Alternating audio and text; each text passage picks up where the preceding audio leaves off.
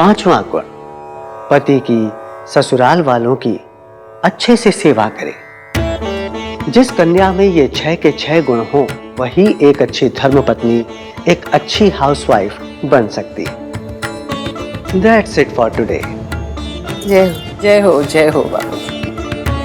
बाबा जी 1 second, counting में mistake हो गई। 5 ही काउंट किए, 6 होने चाहिए ना। एक गुण हमने जानबूझकर नहीं बताया। आप दोनों कन्याओं में से कोई हमें बता सकती है कि वो गुण कौन सा है? सोनू बेटा बताओ।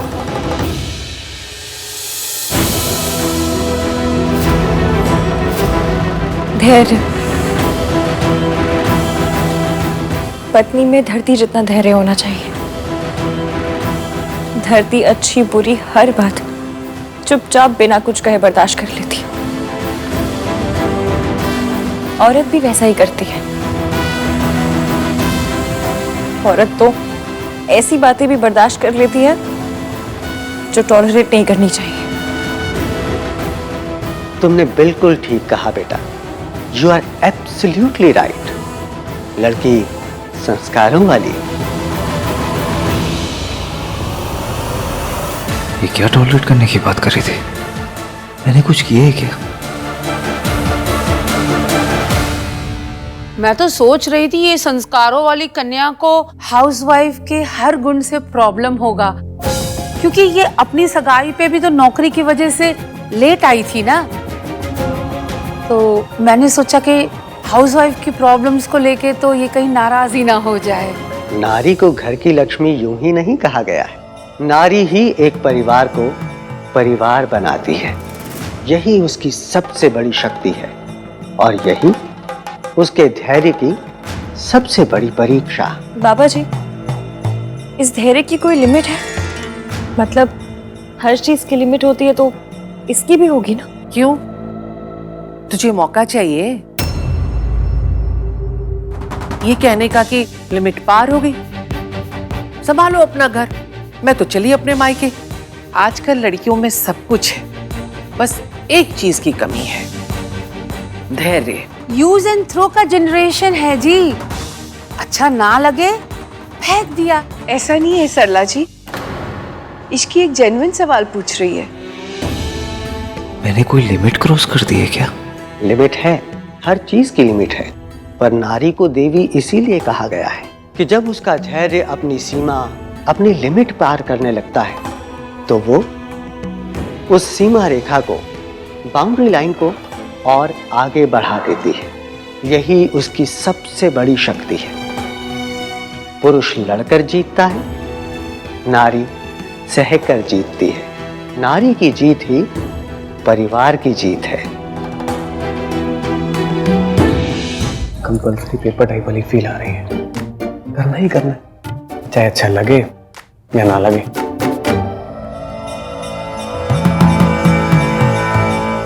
सोनू बेटा, फीट टच करके आशीर्वाद ले लो।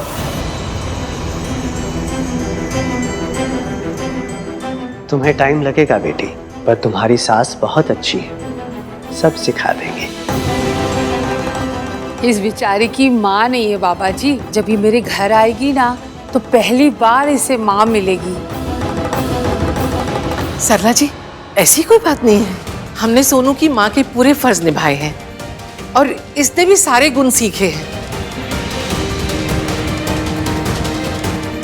पता नहीं, भूल गई शायद थोड़ा। हाँ जी, वो फाइनल ईयर के वाइवा में भी उसके साथ ऐसे ही हो गया।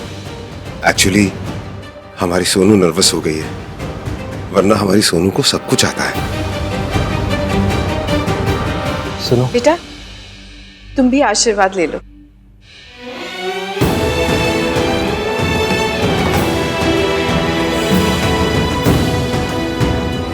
तुम में धैर्य है बेटी। ले, जिसको फेल होना था वो टॉप कर गई और जिसे टॉप करना था वो फेल हो गई।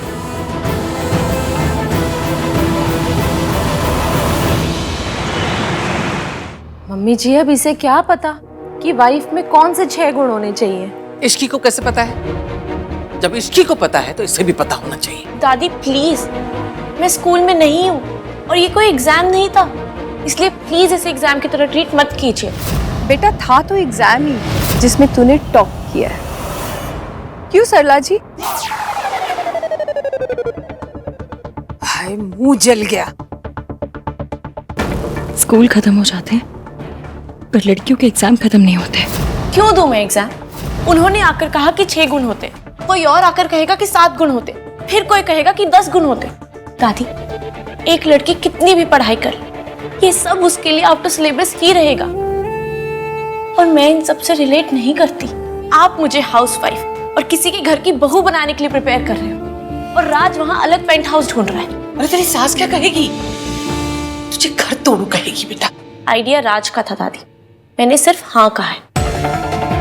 और टेक्निकली अगर सरला आंटी को किसी को घर तोड़ू कहना है ना तो वो अपने बेटे को कहे, बट एक्चुअली नो, क्योंकि बेटे को तो कोई कुछ कहता ही नहीं है। इश्की बेटा, तुम लोगों को 1 घंटे में लंच पे जाना है। हाँ,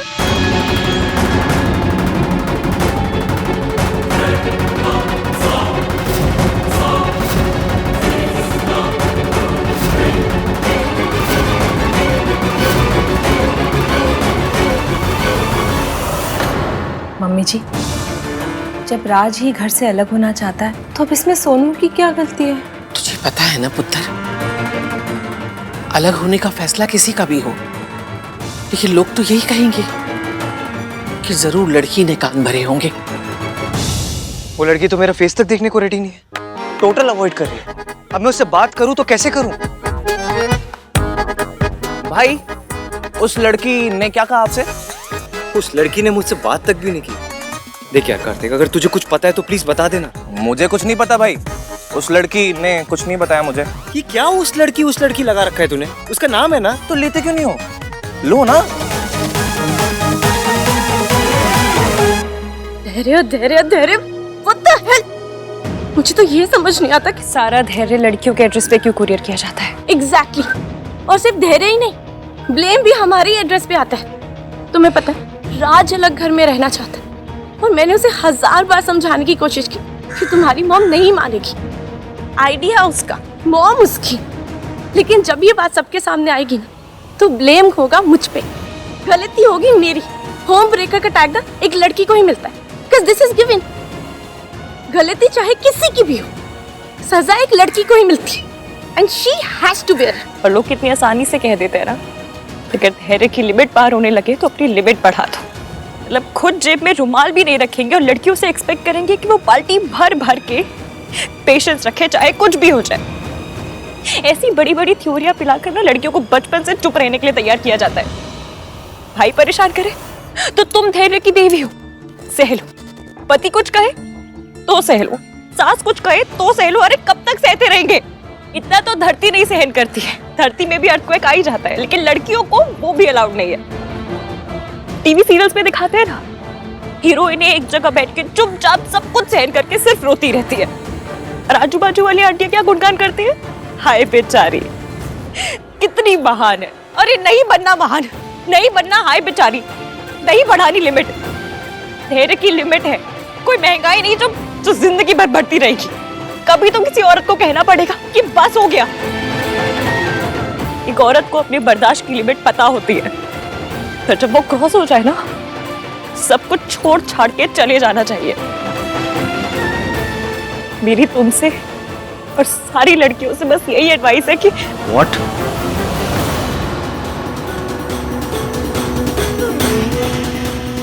तुम सोनू से क्या कह रही? कह नहीं रही है, भड़का रही है,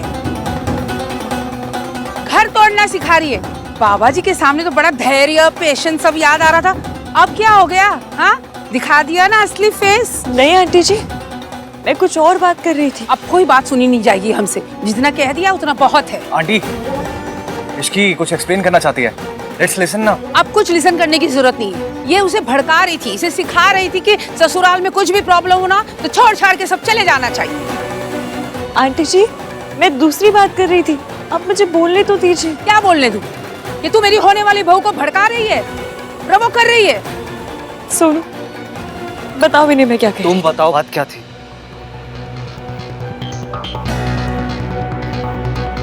भाई, इश्की और सुमन आंटी को बात करने देते हैं।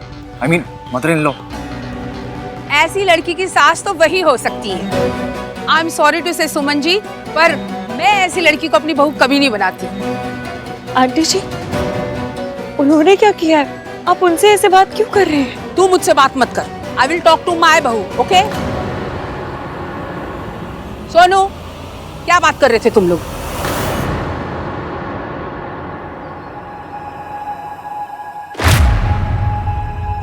बोलो। मैं चुप थी।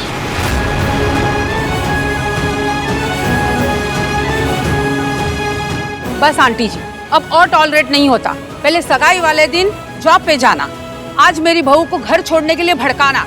मतलब ये लड़की तो मदर और सन को साथ में रहने ही नहीं देना चाहती, खुद भी ऐसी और दूसरों को भी अपने जैसा बना रही है। कल को अगर बहू की हाँ में हाँ ना मिलाई तो लो जी, बहू विल लीव, साथ में मेरे सन को भी लेकर।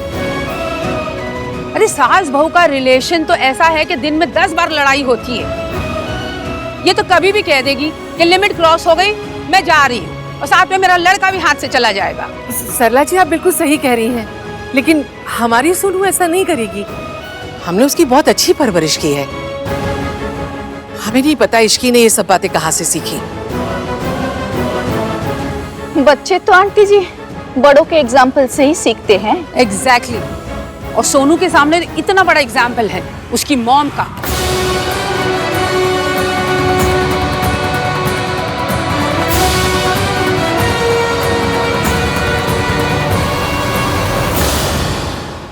आंटी जी, प्लीज एक बार मेरी बात तो सुन लीजिए आप, प्लीज। तुझे जो कुछ भी कहना है ना, अपनी सास से कह, अपनी मौसी से कह।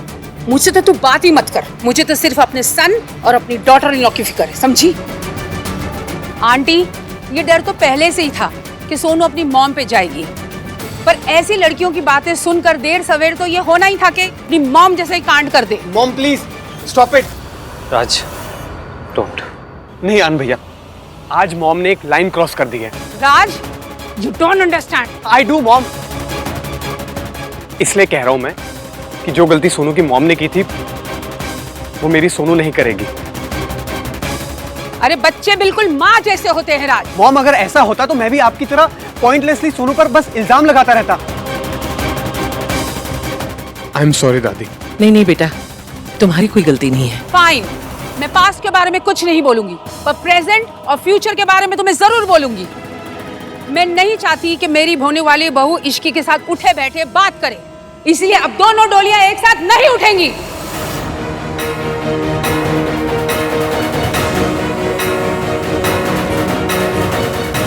आपको इश्की की शादी यहाँ से करना है तो करो, मेरे बेटे की शादी यहाँ से नहीं होगी, और इस लड़की की शादी के साथ तो कभी नहीं होगी।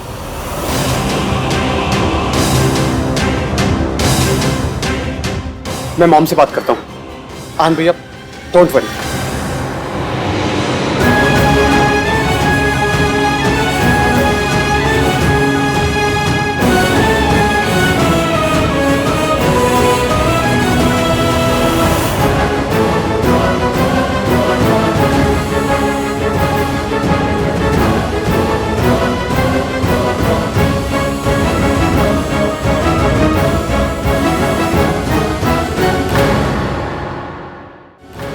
भाई मम्मी जी, आप टेंशन ना लो।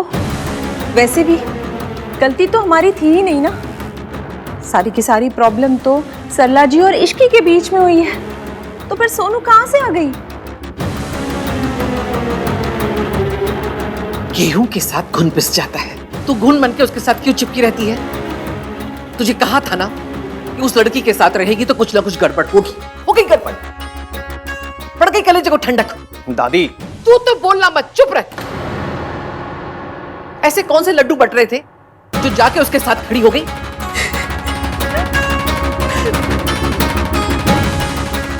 भैया, मुझे नहीं पता था कि सब हमारी बात सुन रहे हैं। तू ऐसी बात करी क्यों रही है? तुझसे कहा था ना कि उस लड़की से दूर रह, लेकिन नहीं, दादी की बात तो मानना ही नहीं है। अरे बिजली के तार के पास खड़ी होगी तो करंट लगेगा ना, लग गया करंट। अब नाचो सारे के सारे। दादी जी, पूरी बात तो सुन लीजिए। सुन, तेरी आधी पूरी पौनी जितनी भी बात है ना, उसे गठरी में बांध और जाते समय जमुना में फेंक देना। तेरी बातों की यहाँ किसी को पड़ी नहीं है। ये लड़की जहाँ खड़ी हो ना, वहाँ खड़े रहना भी मुसीबत को घर बुलाना है। सोनू तो रो मत, हम जाके मम्मी जी को समझाते हैं।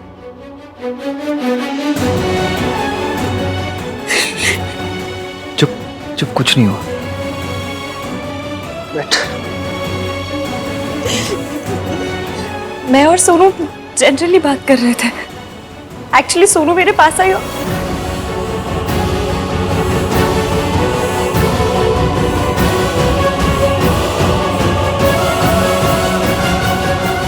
सौ बात की एक बात है, आज तुम्हारी वजह से मेरी बहन के परवरिश पर सवाल उठे। चोट बहुत पुरानी थी, लेकिन आज तुम्हारी वजह से ताजी हो गई। मेरी बहन तुम्हारे जैसी नहीं है। She is not a home breaker, okay? कितनी बार मैंने तुम्हें समझाया कि मेरी बहन से दूर रहो, समझ नहीं आता तुम्हें? क्या जरूरत थी इसके साथ वो कॉन्वर्सेशन करने की? इस दुनिया में मैं बस एक चीज नहीं देख सकता हूँ, अपनी बहन को रोता हुआ। सिर्फ एक चीज नहीं सुन सकता हूँ, अपनी माँ को लेके ताने। और आज तुम्हारी वजह से मैंने वो दोनों चीजें देख भी ली और सुन भी ली। इनकी माँ और परवरिश पर सवाल उठे तो ये मुझसे सवाल कर रहे हैं, पर सोनू इनसे सच छुपा क्यों रही है? I am sorry.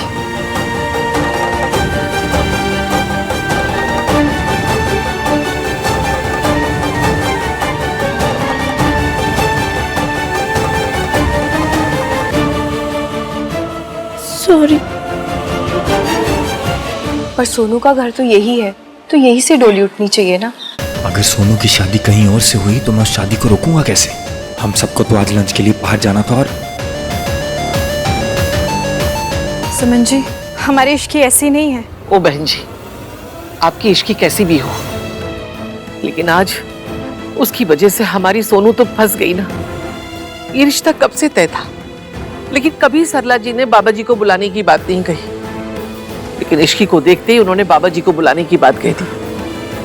अब आपको अच्छा लगे या बुरा लगे, लेकिन आज जो कुछ हुआ उसकी वजह इश्की है। कैसे बताऊं कि जो हुआ इश्की की वजह से नहीं, मेरी वजह से हुआ है। वो अपने बारे में नहीं बल्कि मेरे बारे में बात कर रही थी। इश्की, प्रॉब्लम तो तुमने क्रिएट कर दी। अब फॉर गॉड सेक ये बताओ कि इस प्रॉब्लम का सॉल्यूशन क्या है? मयंक, मैं और सोनू मुझे कोई एक्सक्यूज, कोई एक्सप्लेनेशन नहीं सुनना है। Mayank, mom please don't stop me. पापा की तबीयत ठीक नहीं है, इसीलिए हम लोग इस घर से शादी कर रहे हैं। अहान ने, दादी ने हम लोगों पर कितना बड़ा फेवर किया है, और उस फेवर के बदले में हमने क्या किया? आज तुम्हारी वजह से ना they are in a fix. एक बार मेरी साइड तो सुन। तुम्हारी वजह से ना आज सोनू की इस घर में शादी नहीं हो रही है।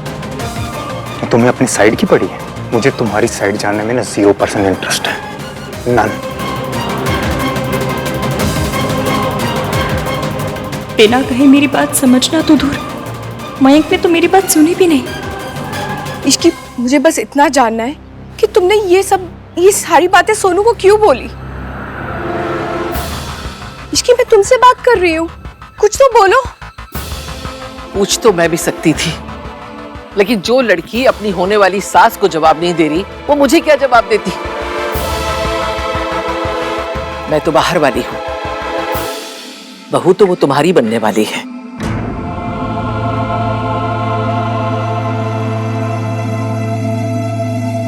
इश्की, मैं तुम्हारी चुप्पी को क्या समझूं कि तुम गलत हो? अभी सिर्फ इतना कह सकती हूँ आंटी जी कि मैंने जो कहा उसके लिए सॉरी मांग रही हूँ, लेकिन मैं घर तोड़ने वाली लड़की नहीं हूँ, बिल्कुल नहीं हूँ।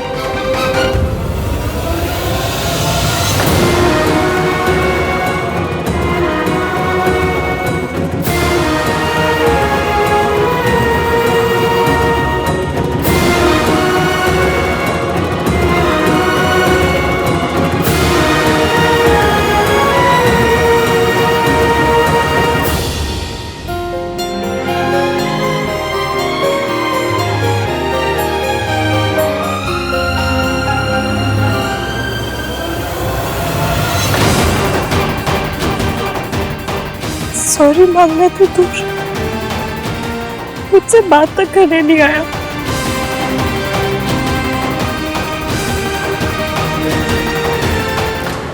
आज जो कुछ हुआ उसे अंडू करना पड़ेगा। अगर सोनू की शादी कहीं और से हुई तो मैं उसकी शादी नहीं तोड़ पाऊंगा। सूम करके ना सही, ऐसे ही सही